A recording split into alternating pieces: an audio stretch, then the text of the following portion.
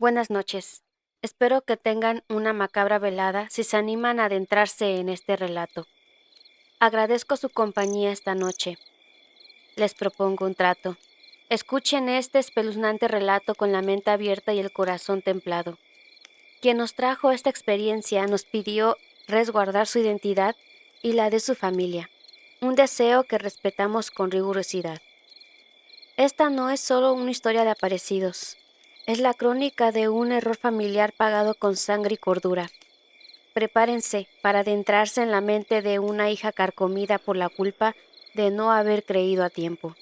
Porque la peor parte de esta historia no es ver partir a quien más amas, sino descubrir que a veces para salvar un alma es necesario verlo morir 2 veces. Apaguen las luces, aseguren las puertas y prepárense para conocer esta vivencia. ¿Listos? ¿Listas? Bienvenidos a este 49º capítulo de horror.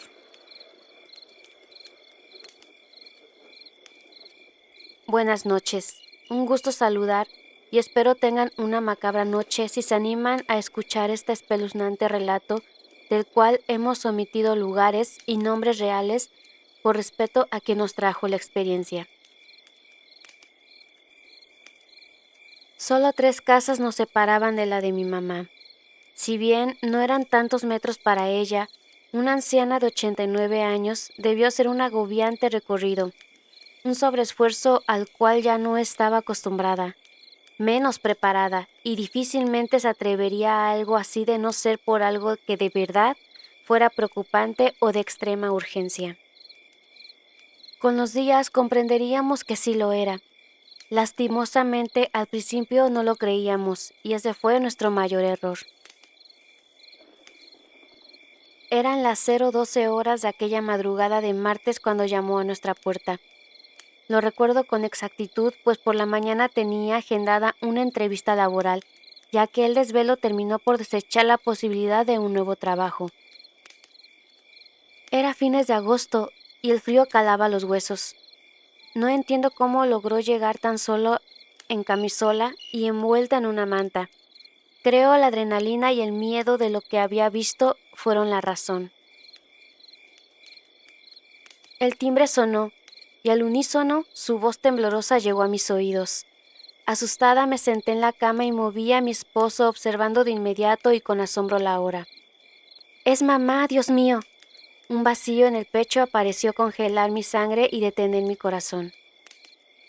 Salimos al instante forzándola a entrar más rápido de lo que sus lentos pies sobre pantuflas le permitían, cobijándola con mantas y frotando su cuerpo, buscando entender las razones de su travesía escalofriante de medianoche. Estaba pálida y gélida, como los fierros de la reja. Temblaba. También castañeaba sus mandíbulas, costándole hibanar palabras que solo luego de beber sorbos de un té caliente pudo sacar de su boca. «El viejo está en la casa», dijo con total seguridad. «Volvió, hija, el viejo volvió», repetía una y otra vez, con una leve sonrisa en los labios que reflejaba de cierta forma algo de alegría. El viejo era su esposo, mi padre, quien había fallecido hacía tan solo 3 semanas a causa de Alzheimer, que lo atacó al cumplir los 75, y todo fue cuesta abajo para su salud después de aquel momento. Murió en su cama un sábado por la noche, pero no de forma tranquila como se esperaba, no en paz, y si bien rodeado de su familia, hubo circunstancias extrañas y preocupantes desde muchos días previos a su muerte, como también en el momento mismo, transformando su deceso en algo inquietante, casi macabro, algo que todos hemos requerido olvidar o intentar creer que no pasó.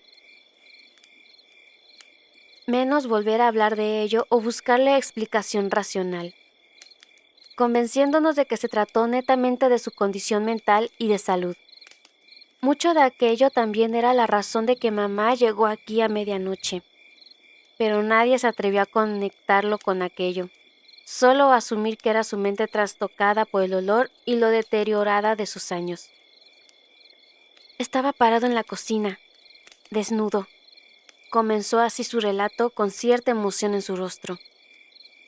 Sentí ruidos en la cocina. Alguien hurgaba los muebles y hacía sonar los platos. Así que me levanté y allí estaba. Me daba la espalda, y si bien solo le llegaba la luz del salón principal, era inconfundible. Reconocería al viejo en cualquier parte. Tragué saliva ante el escalofriante relato, aun cuando llevaba días insistiendo en que escuchaba al viejo en la casa, que sentía sus pasos, que hacía sonar las puertas, que le murmuraba por las noches, convencida de que su fantasma permanecía en casa haciéndole compañía. Se nos había hecho costumbre. Esta vez era diferente. Lo había visto con claridad, causándole un impacto tal que decidió salir a medianoche sin importarle el frío y la niebla, envuelta en un pavor indescriptible que se reflejaba en sus ojos y que se mezclaba con algo de aquella emoción de volver a ver a su amado. Mi esposo estaba convencido de que su mente ya no andaba bien. Hasta de cierta forma era normal luego de una vida juntos no aceptar su partida. ¿Qué deberíamos pensar tal vez en traerla definitivamente a la casa, aun cuando ella se rehusaba a salir de la propia? Siempre nos decía que iba a morir allá adentro, que nadie la sacaría viva de su hogar, así que todos sus hijos respetamos aquella decisión. Luego de aquella noche todo empeoró. Extrañamente mamá comenzó a pasar más tiempo con nosotros y pedía fuésemos a dejarla muy entrada la tarde, casi por la noche. Era como si de la noche a la mañana ya no quisiera estar en aquella casa. Su cara había cambiado. Sus ojos empezaron a reflejar intranquilidad y miedo. Un miedo que a veces la tenía sobresaltos cuando escuchaba algún ruido repentino. Dejó de hablarnos de papá, pero se notaba en su rostro que el fantasma o lo que sea que quedaba de él estaba más presente que nunca. Solo que ahora callaba simplemente por horror. Así fue hasta que una tarde-noche, luego de ir a dejarla y acostarla como tantas, se devolvió a nuestra casa. Pidió verte, dijo. Sin preguntarle más sabía que hablaba de papá. Palidecí al instante y un escalofrío recorrió mi espalda. Ya para con eso, mamá. Le enrostré, pero estaba tan convencida y llena de horror que acepté aquella idea únicamente para convencerla de que era solo su imaginación y mostrarle que no había nadie en casa más que un montón de recuerdos y tristeza que inundaban cada rincón. Sin embargo, algo de miedo me abordó, pidiéndole a mi esposo nos acompañase. Al entrar, noté al instante algo diferente en el ambiente. Era como una sensación energética fuerte y el frío ahí dentro era peor que el de la calle misma. Luego aquel hedor, un aroma rancio inexplicable inundaba la casa, el cual se acrecentaba al llegar a la pieza de mamá. Revisé su habitación y la cocina por si tenía alimentos en mal estado y nada. Llegué a pensar incluso en un roedor animal muerto, revisando cada parte de su patio trasero, pero nada. Luego, con estupor, recordé que dentro de la mezcolanza de hedores pútridos había uno similar al que expelía papá cuando falleció. Aquello me perturbó al instante. Luego de ventilar un poco la casa, acostamos a mamá. Cerramos bien ventanas y puertas para mayor seguridad. Dejé la luz del velador encendido luego de arroparla y antes de partir observé la foto de papá sobre el mueble, la misma que puso sobre su ataúd cuando lo velamos. Sentí un escalofrío y por alguna razón me sentí observada en el cuarto, volteando y echándole una mirada a cada rincón, incluso devolviéndome a mirar bajo la cama estúpidamente. Al salir cerré la puerta lentamente que rechinó cuán vieja era.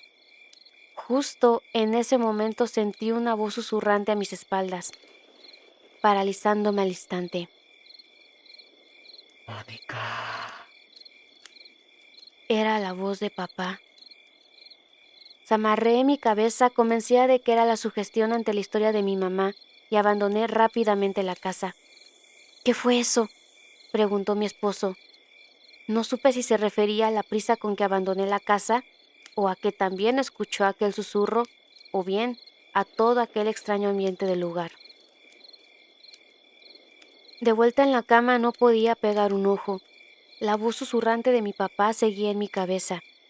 Todo volvía a ser extraño y el comportamiento de mi mamá me preocupó de sobremanera, trayendo de vuelta todos los recuerdos magros, pero también macabros de aquellos días, de los días previos al fallecimiento de mi papá, de la escalofriante misma noche en que partió de este mundo, o al menos eso creo. Les narraré de aquello, les contaré tal cual ocurrieron los hechos por aquellos días, sin exagerar situaciones o expresar más de la cuenta. Siento la necesidad de hacerlo porque guardarlo me está carcomiendo, más porque un desahogo es por tratar de entender o que alguien me dé una explicación racional.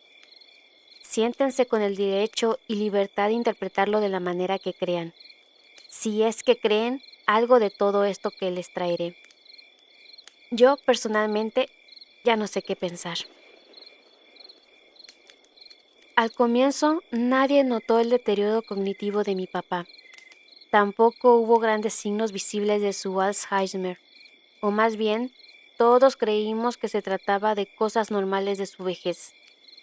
Las pérdidas de memoria típicas en donde le costaba recordar situaciones o personas, en momentos también le costaba seguir conversaciones o atender las tareas que mamá le daba en casa. Nada fue tan evidente hasta aquel día en que, como de costumbre, salió de compras como tantas veces, solo que esta vez no volvió. El almacén de Don Pepe estaba junto a la carretera principal de nuestro pueblo. No son más de 10 minutos de caminata desde nuestras casas. Por estos lugares rurales alejados de la capital tenemos bastante comercio, pero Don Pepe es lo más parecido a un supermercado en donde puedes encontrar de todo. Papá no cambiaba por nada sus compras en aquel lugar, por ello su extravío causó consternación. Era imposible que se hubiese desviado o tomado alguna ruta alternativa. Estábamos almorzando cuando mi mamá llegó a casa preguntando por mi viejo. Mi hermana y sus hijos estaban de invitados aquel domingo y claramente era el único lugar donde mi papá estaría. Mi mamá pasó y saludó a sus nietos con rostro de preocupación, observando a todos los rincones. Buscaba a mi papá y al notar que no estaba con nosotros y comentarnos que no había vuelto hace ya más de 2 horas, aquel día cambió para todos. Pronto nos organizamos en su búsqueda y el almacén fue el primer lugar. Nadie lo había visto aquella mañana. Nunca entró al local. El pecho se nos apretó aún más. Fuimos con la policía local, quienes dieron instrucciones a sus vehículos de patrullajes a prestar atención por las calles. Lamentablemente, para denunciar una presunta desgracia había que esperar muchas horas más. Recorrimos todos los negocios y calles preguntando si logró comprar en alguno debía entrar, pero nada. Fue como si la tierra se lo hubiese tragado. Tampoco hubo aquella mañana denuncias de algún accidente ni tampoco en el hospital de pueblo había llegado el viejo a causa de accidente. Solo faltaba buscar en los bosques y colinas aledañas a nuestras casas. Era como buscar una aguja en un pajar, ya que estas zonas abundan la vegetación y colinas. Partimos por las zonas más cercanas y con el paso de las horas, pronto a caer la noche, la angustia se apoderó de todos. Fue hasta las 6:45 de la tarde cuando las luces de una camioneta de seguridad se acercaban con noticias. Habían encontrado a mi papá. Subimos con mi hermana al vehículo que nos trasladó al lugar donde había sido encontrado, junto a la carretera casi 2 kilómetros más hacia el norte del almacén.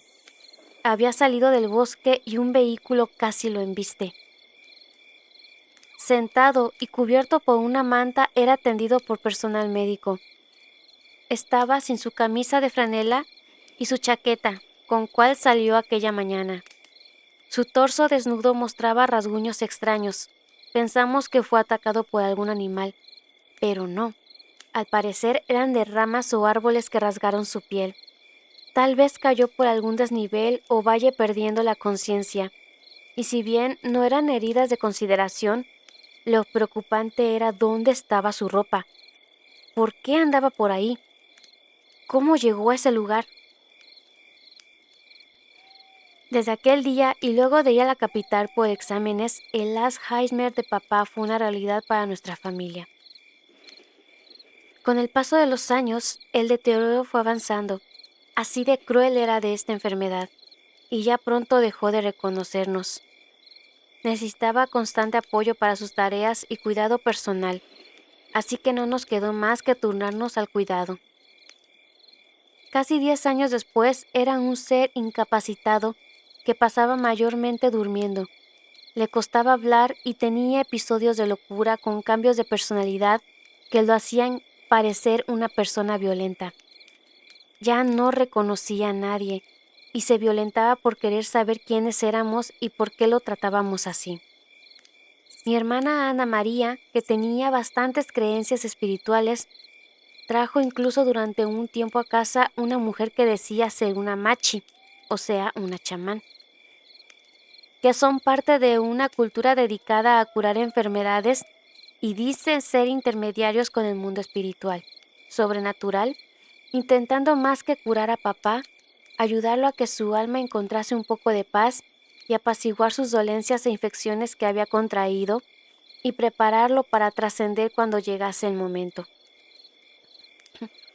Nunca me pareció aquella idea. Siempre observé no con buenos ojos a aquella mujer y papá estaba en buenas manos. Era visitando y papá solo estaba en buenas manos cuando era visitado por su médico de cabecera y una enfermera semanalmente a controlar su estado, o bien, cuando fuese necesario, siempre estaba a toda disposición. Con los meses, mi papá empeoró. Su diabetes no era el mejor aliado y una neumonía lo atacó. Se agravó con los días y fue literalmente su última semana de vida. Pero también fueron los días extraños y macabros que les vengo mencionando, donde cada acontecimiento carecía de explicación y se tornaban escalofriantes a cada instante, hasta el final, cuando papá dio su último respiro. Tal vez más allá, no lo sé, sigo con dudas. Esa semana nos turnamos con mi hermana al cuidado 24 horas. Mamá guardaba intacto nuestro cuarto, así que no hubo problemas de dónde dormir. Primero fue mi hermana, quien presenció el extraño comportamiento de papá. Fue muy de madrugada aquel episodio. Primero balbuceaba incoherencias a viva voz, algo normal que venía ocurriendo dentro de sus delirios. Pero esa madrugada, algo cambió. Ana María lo sintió reírse de forma macabra. Claramente dormíamos con una oreja puesta en el cuarto contiguo y fue así como interrumpió el sueño refunfuñando cosas inentendibles.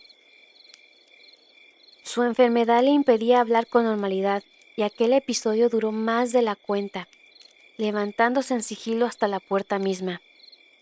Primero lo oyó toser largo rato, luego comenzó con palabras inentendibles para finalmente comenzarse a reír. Era de aquellas risas contenidas con la mano, no propias de su edad ni de su salud. ¿Papá?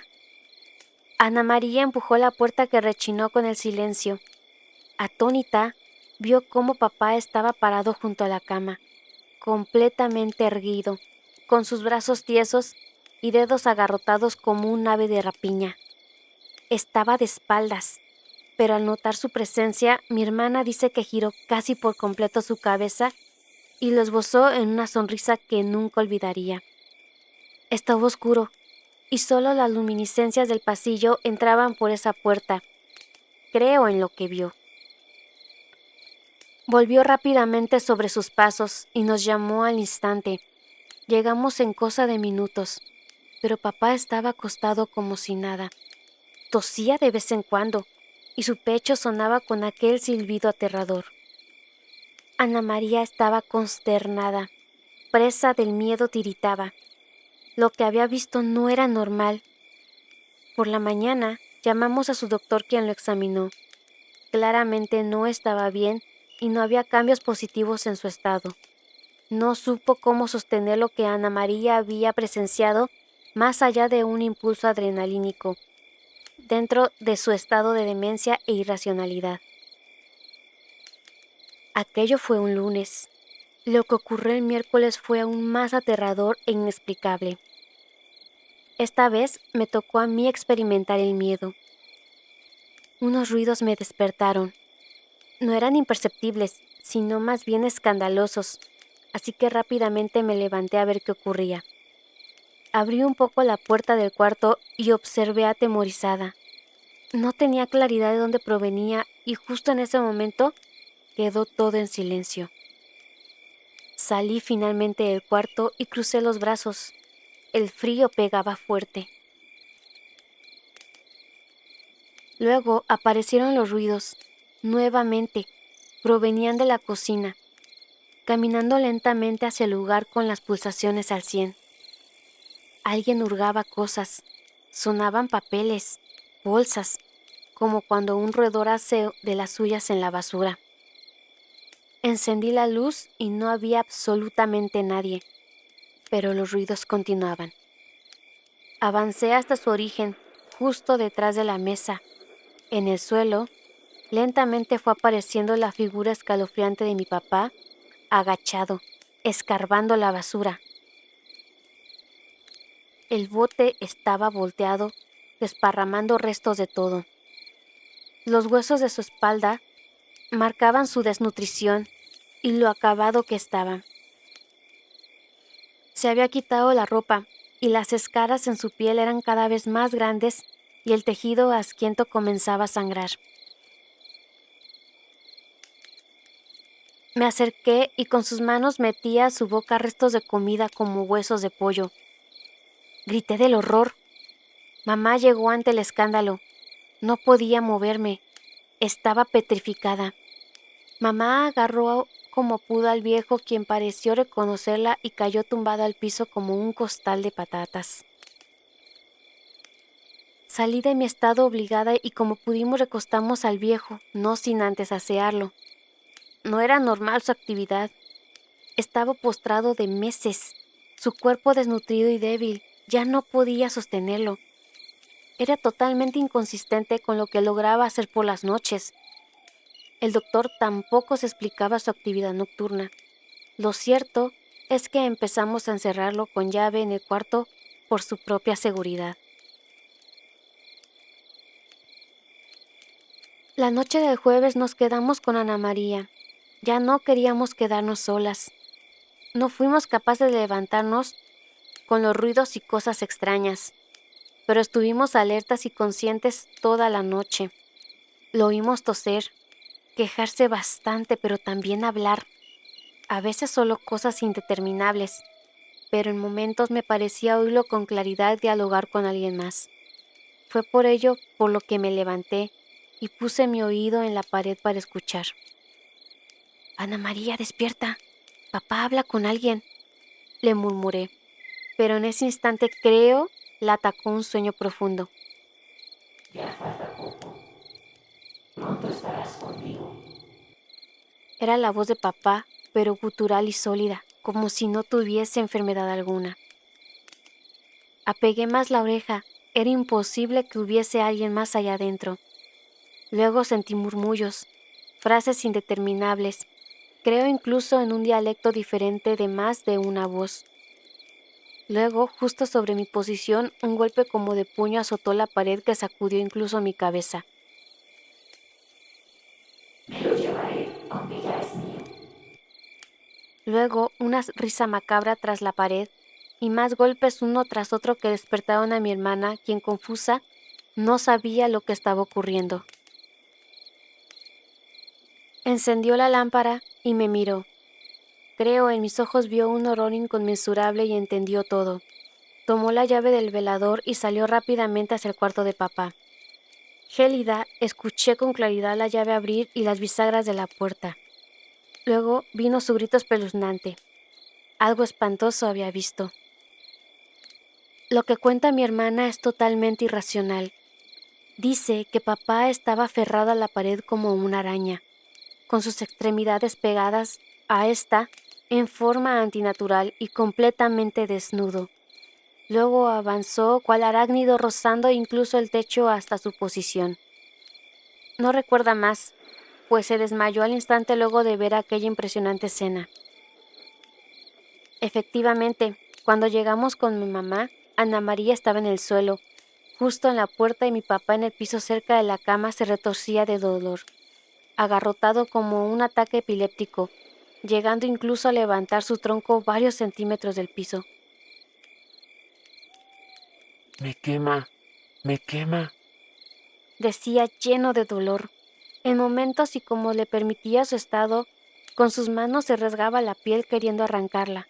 Al parecer era lo que le quemaba. Llamamos a emergencias y en minutos una ambulancia se hizo presente. Un paramédico atendía a mi hermana mientras que el otro, creo, era un médico más experimentado. Atendió a mi papá inyectándole calmantes, imagino. Por la mañana su médico no salió del cuarto con buenas noticias. Mi papá estaba en las últimas horas. Agonizaba lentamente y solo quedaba esperar su deceso, que no pasaría de un par de días. Dijo, con algo de consuelo en sus ojos, la neumonía no tenía vuelta. Solo un tubo de oxígeno y calmantes a la vena evitaban un sufrimiento mayor, pero pronto nada de ello serviría, y lo más seguro, un paro cardiorrespiratorio pondría fin a su triste agonía, y también a nuestro largo sufrimiento. Sin embargo, aquello no ocurrió de esa forma. Creo papá se nos fue sufriendo en demasía, en una agonía tortuosa, luchando no por mantenerse con vida más tiempo, sino contra algo que llevaba dentro. Solo quería morirse cuanto antes y llevarse consigo eso que se le metió dentro no sé en qué momento ni cómo.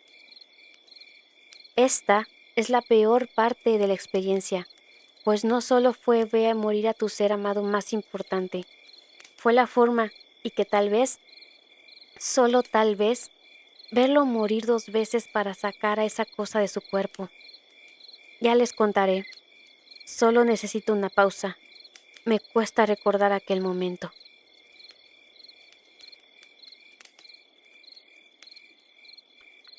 No te pierdas la segunda parte en el siguiente episodio. Y en estas frías noches de julio, el equipo de Vivencias te desea muy buenas noches.